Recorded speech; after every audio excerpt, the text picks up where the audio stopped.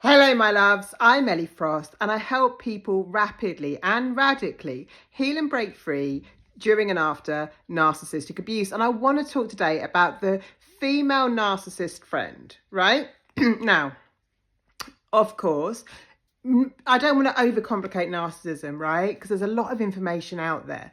But I would say that, they do all follow very similar traits. But the reason I'm focusing on particular types at the moment is to share some of my own personal experiences, as well as some of the things that particularly stick out, right, with different types of narcissists. So I spoke yesterday about the narcissistic mother, right?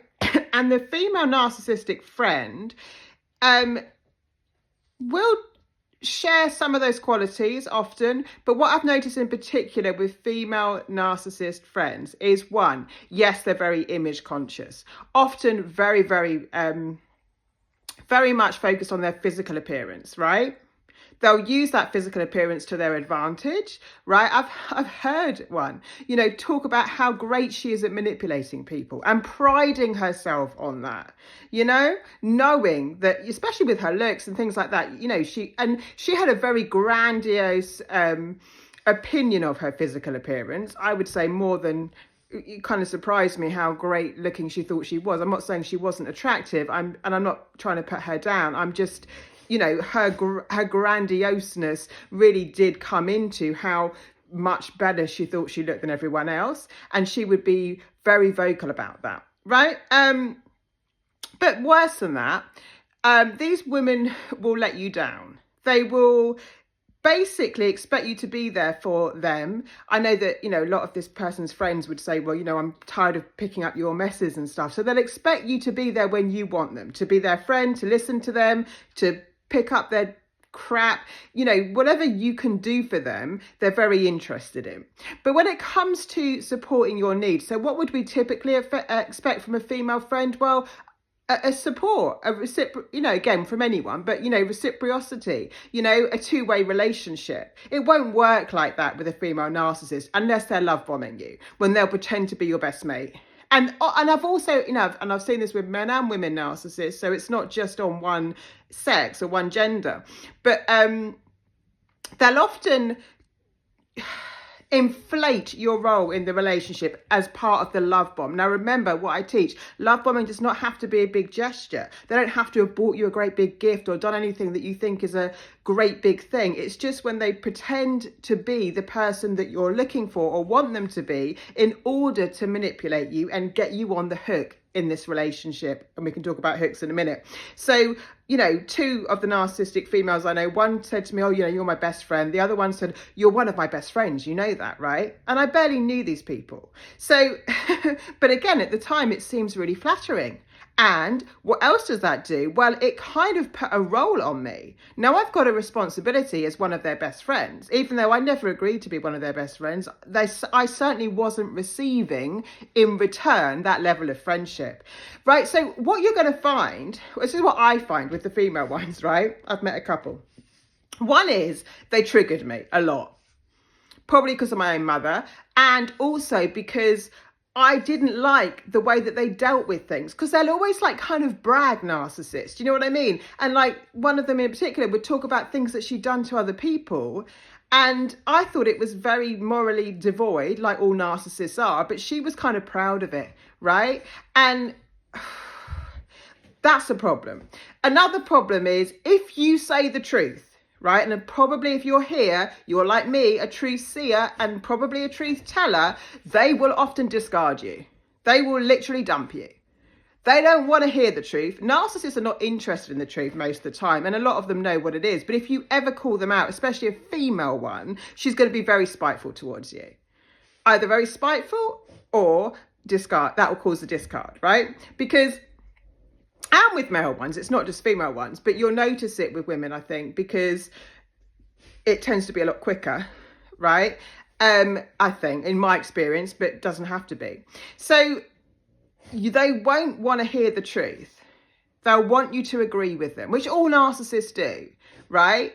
But what I did notice with the female ones is well, in my experience, they were quicker to kind of punish you, right? With the male ones, it tended to take a little bit of a slow burner most of the time, although calling any of them out really irritates them. So you can't be yourself in this relationship, like with any narcissistically abusive relationship. If you can't tell your friend, if she's asking your opinion and you can't tell her how you really see it, then what's the point of being there, right? You're not really there.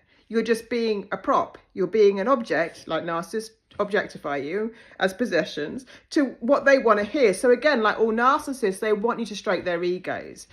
The female ones tend to be female ones tend to be even more manipulative often than the guys, right? I mean, they will try and trap you in different ways.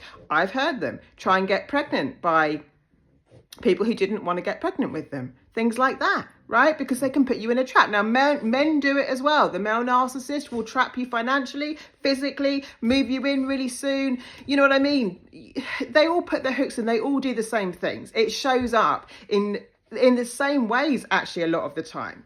But the female ones will use whatever they've got, like their looks or their ability to trap you by getting pregnant or things like that, which a man wouldn't do, but he will trap you in other ways, right? So they're all doing the same thing, which is why I don't want to overcomplicate this. I'm just kind of like sharing stories and insights so that you might see this in some of your relationships. Look, even if it's not with a narcissist, if you can't be yourself, if someone's asking your point of view and when they hear it, they want to attack you or punish you or hurt you for it, that's a problem.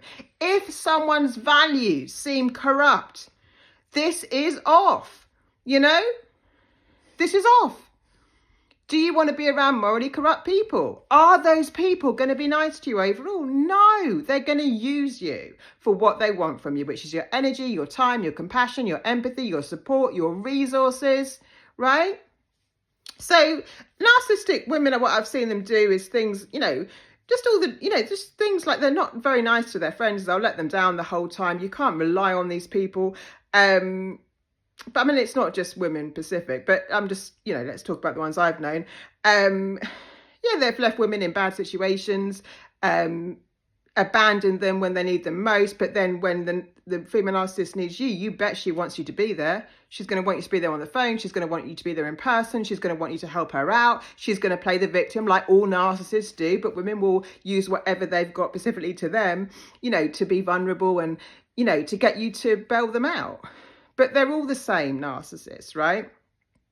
So the female narcissist friend will also do what other narcissists do, make digs at you.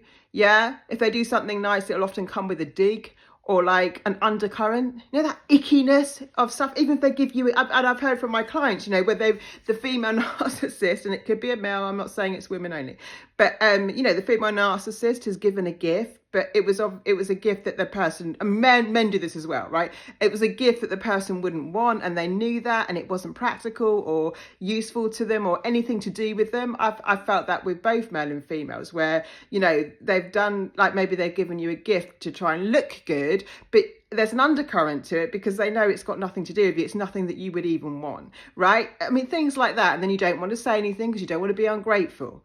The female narcissist, very image, normally physically using her sexuality. Even if they're not using their physical appearance, they're using their sexuality a lot to manipulate people, men and women, right? So they will play on that, and they will definitely manipulate men, female narcissists, definitely very sexually. That's definitely very common. So do share your experiences with the female narcissist friend. As I say, I don't want to overcomplicate things by doing these different topics, because narcissists all run from the same playbook. There's not that much different between a male and a women one, just that women have got different qualities about them that they can use to be manipulative, and men have got different qualities that they use. Men will try and use often money and power differently. Women will use sex and appearance differently often, but they all do the same stuff, right? So and female narcissistic friend is not a good friend, and like all narcissists will abandon you when you're in crisis. I mean, I've had the most awful digs given to me when I was at very vulnerable stages in my life from female narcissists, right? Because and another thing, especially like I've seen with myself and with my clients, is of course, like when you're going through it, they will get the normal narcissistic smirk on their face and enjoy putting you down, enjoy seeing you down, and make comments like, about it. Narcissists take pleasure in your downfall, all of them, right? So even if you think, this woman's a narcissist, she's never going to be happy for you. She's going to be jealous of you. Definitely, jealousy turns up a lot with the female. You can really sense it from the females. And if anything's going right for you, they will resent it. And when something goes wrong, you'll see that smirk. You'll see they kind of get off on it, and they might even rub it in a little bit. But when they need you, when they want you, they'll expect you to be there. They might give you a role like they did with me, where you're kind of being put on a pedestal in some ways, or it seems like it, where they proclaim you as this great friend to them, right? But they're really using that as leverage, right? To kind of leverage you into being the friend that they want you to need. One told me, you're just such a selfless person. Well, look, actually, no. Like, I'm a kind, compassionate person, yes, but I have boundaries now, right? And I'm healed now, so it's a bit different. But